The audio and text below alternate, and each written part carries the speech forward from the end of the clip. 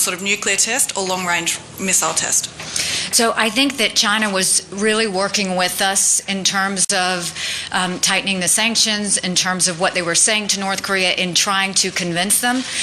We have not seen anything from them in the past week, but we are encouraging them to continue moving forward, and I think we'll have to see. But the conversations that I have had and that have been made with my counterpart and in dealing with Beijing is that if they did something else, and if it looked to be long range, which this does, and if it looks like it is proactively leaning towards an ICBM, which it does, then we would take action. And so I believe that China will stay true to that and that we'll come together on how we're going to do that. What about White Book? Just a couple more questions. World International Property Organization, part of the UN, has helped file a patent application for North Korea for sodium.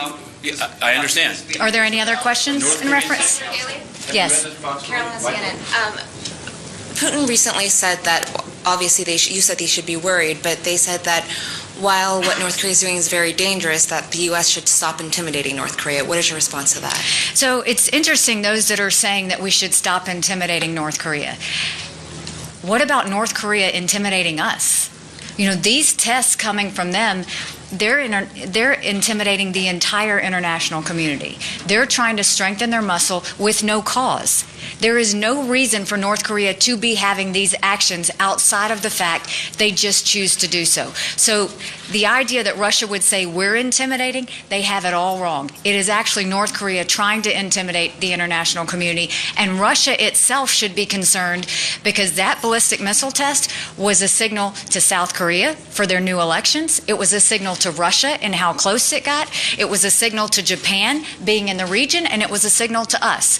And through that, the threats on all of us create threats for the entire international community. Everyone should be concerned.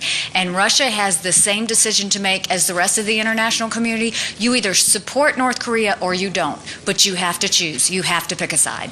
One more question from the Asian press, please, for Ambassador Haley's counterparts, and they have to go into session. Anyone here? Last question. Thank you. Sally Mendoza from Voice of America.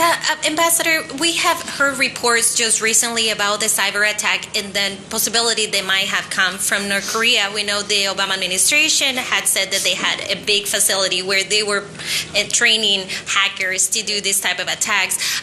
What would be the consequences if it were to be determined by the intelligence community in the United States and their partners that it actually came out from North Korea and they created the chaos that we saw in the past few days, over 100 countries, that paralyzed the British health system? Sadly, it wouldn't be a surprise, but it would increase the concern.